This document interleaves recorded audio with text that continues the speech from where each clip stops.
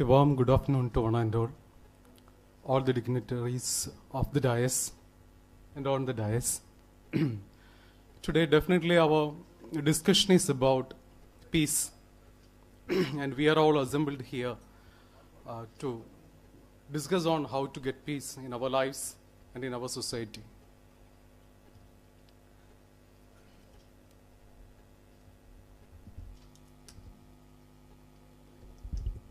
I think it will be a bit academic because I am from such a field, that's why. So I found this particular definition most beautiful.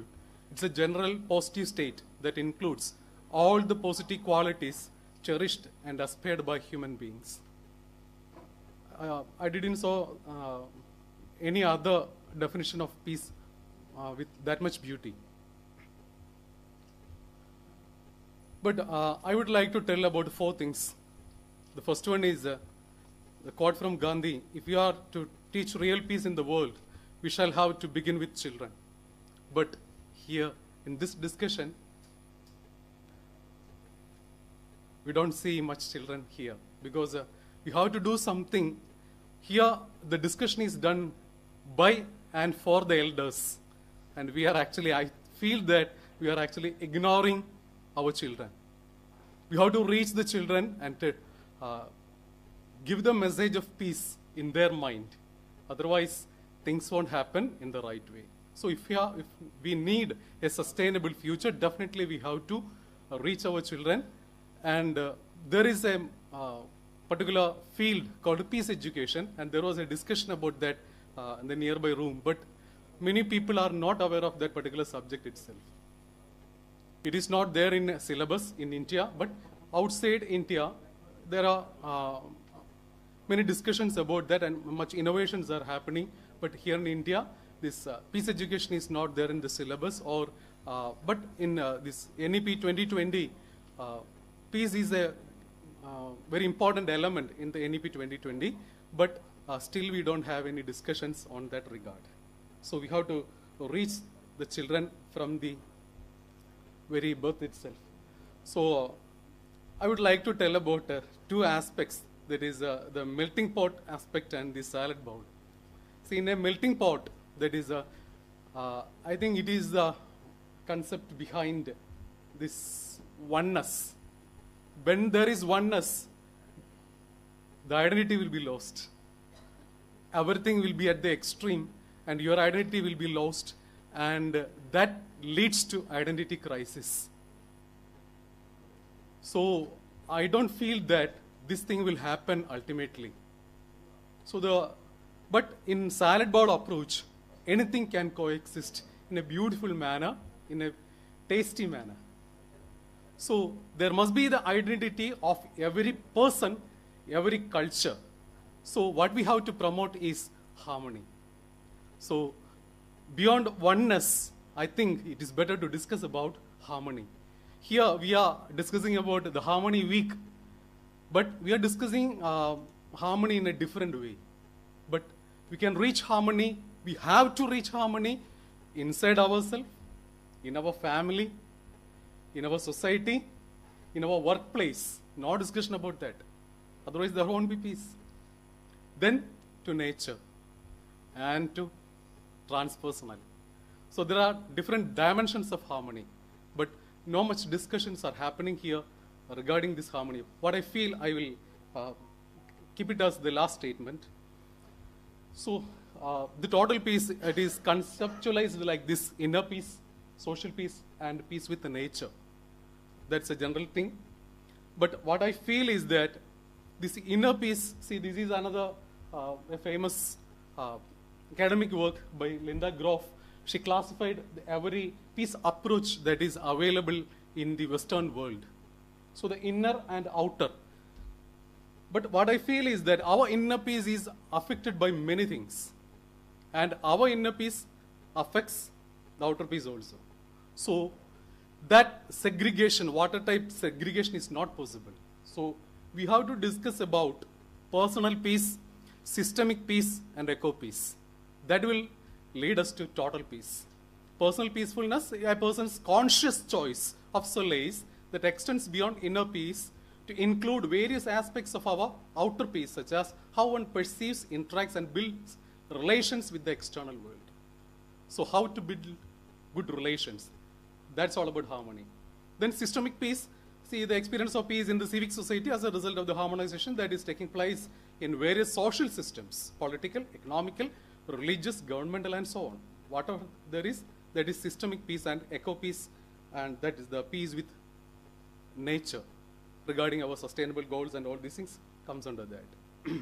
So, regarding the words of Jawaharlal Nehru, peace is not merely the absence of war, because all peace research and peace studies is based on the concept of John Galtung, who proposed peace as the absence of violence.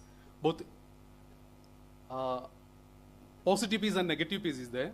Absence of direct violence, it is negative peace, and absence of systemic violences, that is indirect violences, that is termed as positive peace.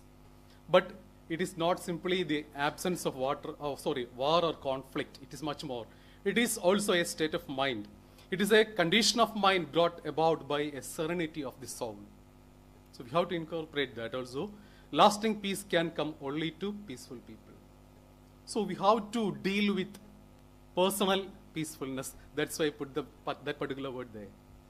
But in our peace discussions and in peace research or anywhere related with the academic peace, no discussion was done in this particular regard. So these are the words from my guru. The goal of Santhigiri is to bring peace and tranquility to the world. A path is to be established to search for and find, where everybody beseech for peace, a quest that emerges from the expansiveness of the mind and pervades the household, society, nation, and the world at large. We have established that way which we received in that regard. That's the words of my guru. We need harmony by all means, but are not able to bring the togetherness even in a single house. Then how can we bring that to the country? First, bring harmony in your home, no matter how hard it is. Household, society, and then the nation. This should be the disposition of harmonization. So we have to know, we must learn how to harmonize. But still, this date, there is no syllabus or any discussion regarding how to harmonize. Actually, I am doing my PhD in this particular regard. So I would like to propose a model for that. So peace must be our goal of life. So it must be the fundamental aspiration of a person. So peace is not a passive thing. It is to be actively realized in our life. Take deliberate actions for peace. We have to. Peace as harmony. Harmony is the means for peace. If peace is the end goal, then harmony is the way to that. So harmony is ubiquitous. So everywhere there is harmony. See, in our body is the example. Each and every cell works in coordination. Each and every organ works in coordination, in harmony. When that harmony is lost, we will be diseased. If we have to be at ease, everything must be in harmony. When that harmony is lost, we will be diseased. So that's the thing with the society also. The society will become diseased when that harmony is lost. We must know how to bring back the harmony. So harmonization is a very important thing. See, this world came out of chaos. And that also happened in physics. It is called a synchronization. In social science, it could be harmony. But in physics, it is synchronization. So there must be synchronization among ourselves. So we have to adjust our pace. We have to adjust our pace. Whenever we are running fast, we have to slow down. And if some person is realizing that they are slow by their own, they have to increase their speed. Then only we can harmonize. See, that thing is applicable to many dimensions. So the next thing is that harmony needs harmonization. It doesn't come by hand. So active cultivation of harmony is needed. Then harmonization is a capability. It includes all the beings and doings. Actually, that particular term belongs to Amartya Sen. Capability approach or human development approach. then it is multidimensional. Harmonization is actually multidimensional. It is intrapersonal, interpersonal, extrapersonal. That means with the broader society and with the nature. That is extrapersonal and transpersonal. You cannot ignore the transpersonal dimension of harmony because it is very important, but we can sideline it because it is not attainable by all people. But the other three has to be given importance. Then disharmony is much more than conflict. Conflict is always overt, but some hidden things are inside. If only we are addressing that things, we can avoid the problems. So disharmony, the absence of harmony is much more than conflict, that we have to realize. So overcome all disharmonies, not just the overt conflicts. So the last thing, cosmic harmony, that is the harmony with all beings and the universe. If we are able to traverse through this way and avoid disharmony from our beings, we will be definitely in harmony with. Otherwise, we may not be. So the ultimate destiny or the idealist part of our life is to reach this particular level. See, in Vedic concept, there is a concept called Rata. It is from this particular Rata, harmony, the word harmony came. Then Brahma, that word is also a product of this Rata. Ra means join, get joined.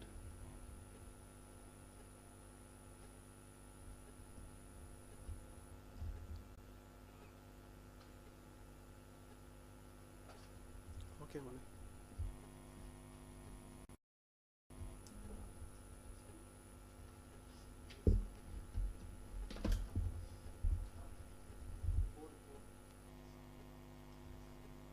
So it is the principle of natural order which regulates and coordinates the operation of the universe and everything within it.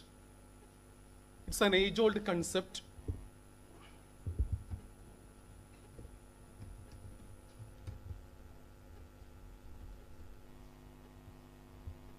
See this Ratha, it has three features. Gati, the continuous movement. It is not static. It is continuously evolving. When there is disharmony, we have to harmonize it, then it will be moving into a new phase. So it is a continuous process. Then Sankhadana, that means a system based on interdependent parts. So we are actually interdependent parts. We have to realize our place in this world, in this universe. Then Niyati, that is an inherent order of interdependence and movement. See, that the last thing connects the two. So harmonization, it is conceptualized even in the Vedas, but discussions were not happening on that regard. How to do that in our personal life. So I proposed a concept for that, how to do that in our personal life. So to conclude, I would like to present a model called a pyramidal model of social organization. We are discussing about interfaith dialogue and how to harmonize in the religious world. I feel that, see, like this particular pyramid, the different sides are there. They are actually different religions. They feel that they are different because they are largely associated with their ritualistic things. Not about the spirituality of religion, but only about the ritualistic aspect of the religion. But when you rise up to the levels of spirituality, you have to evolve from religiousness to spirituality. Actually, spirituality is regarding how you make connection with yourself, with others, with nature, and with God. God is only one aspect of that. You have to connect with yourself in a harmonious way, with your fellow beings in a harmonious way, with the nature in a harmonious way, and with God ultimately. But the real connection with God will not happen if other three harmonizations are not happening in your life. So people are actually going after God because they feel that God will give them something. But that's not the real sense of spirituality. So it is actually the liberation we need. So you can be liberated not by conflict, but only through harmonization. Otherwise, things will be repeated and repeated and repeated till you are in harmony with the other person. It happens in life. So if you have to liberate yourself, be in harmony with everything and every being. So we have to think about that healthy spirituality, unhealthy spirituality, and spiritually unaware. Many people are spiritually unaware. No meaning, no inspiration, no relationships, nothing can I do, does not belong to anything, no emotion, no identity, lack of motivation. Many things happen if you are spiritually unaware. See, earlier that there was a discussion on that particular dimension also. But unhealthy spirituality, word better without me. You are not loving yourself. You are not caring yourself. Destructive spiritual experiences. Much discussion has to be done in that particular regard. Wants to hurt self or others. They don't dare to hurt others. If you are daring to hurt some other person, even in your thoughts, you are actually having unhealthy spirituality. But if you are having a healthy spirituality, your life will have a meaning and purpose. Positive spiritual inspiration will be there. Love and take care of others. Have things to give to others. Not to get from others, but to give to others. Sense of belonging with others, happy and content, self-acceptance, and hope for future. So we have to cultivate healthy spirituality. Spirituality actually means harmony. So we have to cultivate harmony in all the ways we can. So if peace is the goal, harmony is the way. That's the ultimate thing I have to tell. Thank you.